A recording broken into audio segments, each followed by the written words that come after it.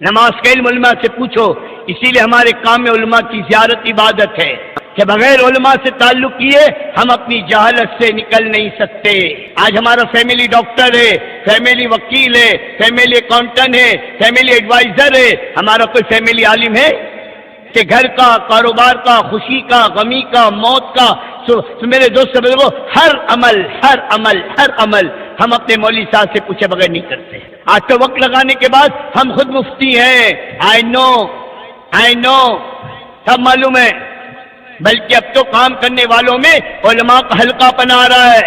اور ایک بات اچھی طرح کان کھول کر سنو، اگر علماء کا حلقہ پن آیا اور علماء کی قدردانی نہ ہوئی، اللہ اس حلقے پن کا جو ابال دے گا، اللہ ہماری اولاد کو علم سے محروم کر دے گا۔ معمولی نہ سمجھو، یہ وارث الانبیاء ہے۔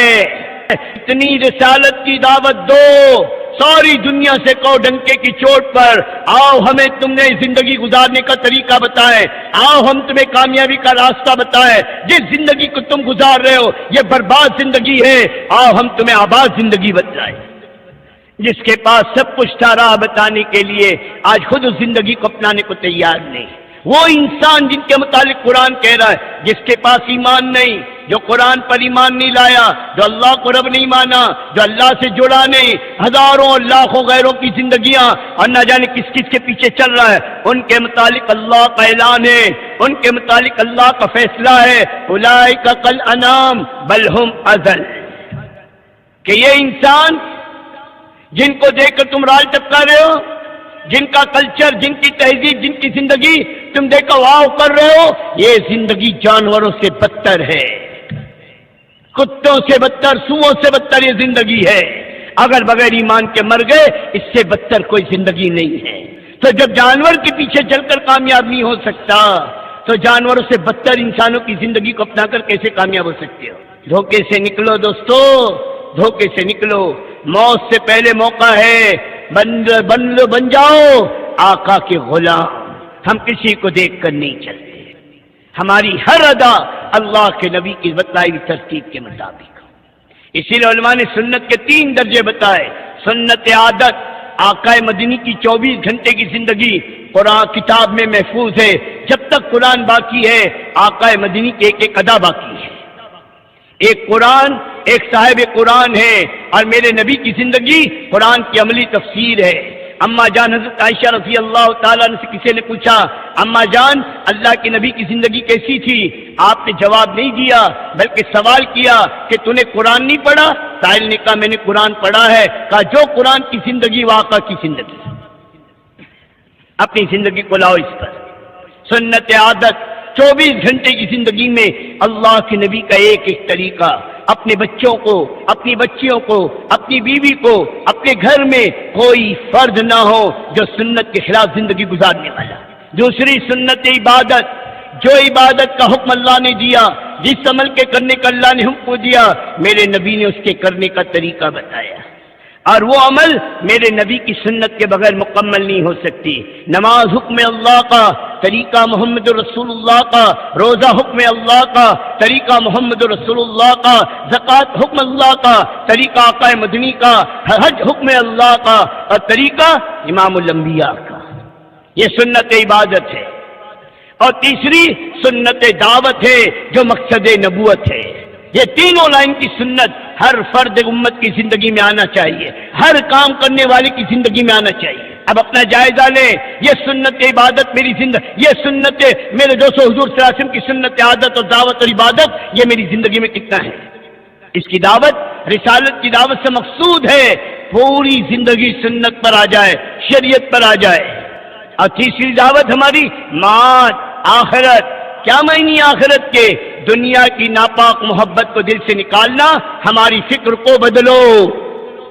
فرمایا جس دل میں دنیا کی فکر، جس دل میں دنیا کی محبت، سارے اولیاء اللہ مل کر اس کو ہدایت نہیں دے سکتے، اور جس دل میں دنیا کی محبت نہیں، سارے شیطان مل کر اس کو گمراہ نہیں کر سکتے۔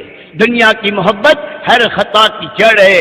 دنیا کے بارے میں اللہ کا نبی کہہ رہا ہے، اگر اس دنیا کی وقت بنانے والے کی نگاہ میں مچھر کے پر کے برابر بھی ہوتی، اللہ کسی بے ایمان کو پانی کا ایک گھونٹ نہ دیتا۔ جب سے اللہ نے اس کائنات کو بنایا ایک مرتبہ بھی محبت کی نگاہ سے دنیا کو نہ دیکھا۔ اللہ طے کر چکا ہے اس دنیا کو، اس کے دیوانوں کو جہنم میں ڈال کر رہوں گا۔ اب اس دنیا کی محبت کا علاج کیا ہے؟ اللہ کے نبی فرماتے لذتوں کے توڑنے والی چیز، لذتوں کے توڑنے والی چیز، میں اس کا علاج بتاؤں جو تمہیں دنیا میں مشغول ہونے سے روک دے، وہ آخرت کی یاد ہے۔ اور آج ہمارے درمیانوں میں آخرت کا تذکرہ ہی نہیں، موت کے نام سے موت آتی ہے، موت کے نام سے موت آتی ہے۔ ارے چھوڑنا، کیا تذکرہ موت موت کر رہا ہے؟ حالانکہ اللہ کے نبی نے فرمایا جو 20 مرتبہ روزانہ اپنی موت کو یاد کرے اور اس کا انتقال ہو جائے، اللہ اس کو شہادت کی موت دے گا۔ موت کی یاد کی اتنی قیمت ہے تو موت کے لیے تیاری کرنے والے کی قیمت کیا ہوگی؟ یہ 3 دعوت تھی، توحید، رسالت اور آخرت، اور یہ 3 ہماری بیماریوں کا علاج ہے۔ اس کا نام ایمان کی محنت ہے، اور صحابہ فرماتے ہم نے پہلے ایمان سیکھا پھر قرآن سیکھا، غیر کو دعوت اسلام کی، مسلمان کو دعوت ایمان کی۔ غیر کلمہ پڑھ کر اسلام میں داخل ہوتا ہے اور مسلمان محنت کر کے ایمان کو اپنے اندر داخل کرتا ہے۔ میری بات سمجھ میں آ رہی بھائی؟ اور دوسری ہماری محنت نماز کا بنانا، نماز کا پڑھنا نہیں ہے، جیسی پڑھو جیسے اللہ کے نبی نے پڑھ کر دکھائی۔ جس کی نماز جتنی نبی کی نماز کے قریب ہوگی، وہ نماز اتنی دنیا اور آخرت میں کامیاب کرنے والی ہوگی۔ یہی نماز صحابہ کو ملی، سارے مسئلے حل کروا دیے۔ یہی نماز ہم کو ملی، عرش والی، سر کا درد بھی دور کرانے کے لیے۔ میرے دوستوں بزرگوں، یہ نماز کے ذریعے دور نہیں ہو رہی۔ ان کی نماز تھی، اور آج ہمارے پاس خالی نماز ہے۔ کیا ہے؟ ارے بولو، خالی نماز ہے۔ اور بتاؤ خالی بندوق سے کچھ ہوتا ہے؟ ہاں بھائی، خالی بندوق جس میں گولی ہی نہیں، جیسے خالی بندوق سے کچھ نہیں ہوتا، خالی نماز سے بھی کچھ نہیں ہوتا۔ مولانا یوسف صاحب رحمۃ اللہ علیہ کہا کرتے تھے اپنی نماز میں 5 چیزیں لاؤ۔ کتنی چیزیں؟ 5 چیزیں، پھر تمہاری نماز آج بھی وہ نماز وہ چیزیں کر کے دکھائے گی جو صحابہ کے دور میں نماز کے ذریعے سے کر کے دکھلایا صحابہ نے۔ سب سے پہلے اپنی نماز میں فضائل والا علم، کہ نماز کے پڑھنے پر اللہ کیا دے گا۔ گھنٹوں تعلیم کے حلقوں میں بیٹھ کر، یہ مسجد کی تعلیم، یہ گھر کی تعلیم، یہ ساری تعلیم کے حلقے اسی کے لیے ہے کہ فضائل کے ذریعے سے میرے دوست بزرگوں ہمارے دلوں میں عمل کا شوق پیدا ہو۔ پھر اپنے اپنے علماء اپنے اپنے مسلک کی کتاب کے ذریعے سے مسائل کی تحقیق کرو۔ فضائل کے بغیر نماز ہو جائے گی، مسائل کے بغیر نماز نہیں ہوگی۔ نماز سیکھو، نماز کا ظاہر، نماز کا باطن، نماز کا خشوع، نماز کا خضوع، ان سب کو معلوم کرو اور اپنی نماز کے بنانے کی محنت کرو۔ 4 مہینے لگا کر آنے والے اپنے دل پر ہاتھ رکھ کر سوچو، نماز کے واجبات، نماز کے مفسدات، نماز کے مکروہات، نماز کی سنتیں، نماز کے واجبات اور نماز کے فرض کو کتنا جانتے ہیں؟ کل مولانا ابراہیم صاحب نے بتایا تھا کہ نماز میں کتنی سنت، کہ 51 سنتیں بتائی مولانا ابرار صاحب رحمۃ اللہ علیہ نے۔ اب اس میں کتنی سنتیں کا علم ہم کو ہے؟ نماز کو سنتوں کے مطابق، نماز کا علم علماء سے پوچھو، اسی لیے ہمارے کام میں علماء کی زیارت عبادت ہے۔ ہاں، کہ بغیر علماء سے تعلق کیے ہم اپنی جہالت سے نکل نہیں سکتے۔ آج ہمارا فیملی ڈاکٹر ہے، فیملی وکیل ہے، فیملی اکاؤنٹنٹ ہے، فیملی ایڈوائزر ہے، ہمارا کوئی فیملی عالم ہے کہ گھر کا، کاروبار کا، خوشی کا، غمی کا، موت کا، میرے دوست بزرگوں ہر عمل ہم اپنے مولوی صاحب سے پوچھے بغیر نہیں کرتے۔ آج تو وقت لگانے کے بعد ہم خود مفتی ہیں، آئی نو سب معلوم ہے، بلکہ اب تو کام کرنے والوں میں علماء کا حلقہ بنا رہا ہے۔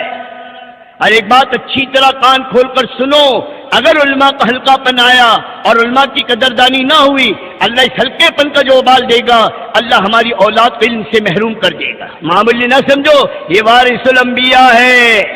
تو علم کے ذریعے سے میرے دوست بزرگوں اپنی نمازوں کو بنانے کی محنت۔ پھر تیسری چیز اپنی نماز میں اللہ کا دھیان لاؤ، اللہ کا دھیان۔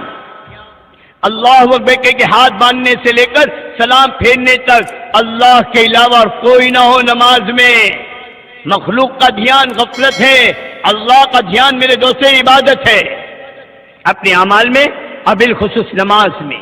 اور دھیان کے 2 ہی درجے بتائے میرے نبی نے، ایسی نماز پڑھو کہ تم اللہ کو دیکھ رہے ہو، اتنا دھیان اللہ کا اور اتنا استحضار اللہ کا نصیب ہو جائے۔ اور اگر یہ کیفیت نہ آئے پھر دھیان سے نماز پڑھو کہ میرا اللہ مجھ کو دیکھ رہا ہے۔ تیسرا کوئی درجہ نہیں ہے، یہ دو درجے۔ اور چوتھی چیز، اپنی نماز میں کلمے والا یقین لاؤ کہ جو یقین بنایا کرنے والے اللہ ہے، میں اللہ کی اطاعت و بندگی کروں گا، میں اللہ کے حکموں کو پورا کروں گا، اللہ میری دنیا اور آخرت کے مسئلوں کو حل کرے گا۔ اور پانچویں چیز اپنی نماز میں اخلاص والی نیت، جیسے عمل، دل کا شرک اللہ معاف نہیں کرے گا، عمل کا شرک بھی اللہ معاف نہیں کرے گا۔ کہ نماز کس کے لیے؟ صرف اللہ کے لیے اور کوئی مقصود نہیں۔ ہاں یہ صفات ہے دوستو، روزانہ کی محنت کی چیز ہے، دعوت کے ذریعے سے، دعا کے ذریعے سے، عملی مشق کے ذریعے سے ان صفات کو اپنے اندر لانا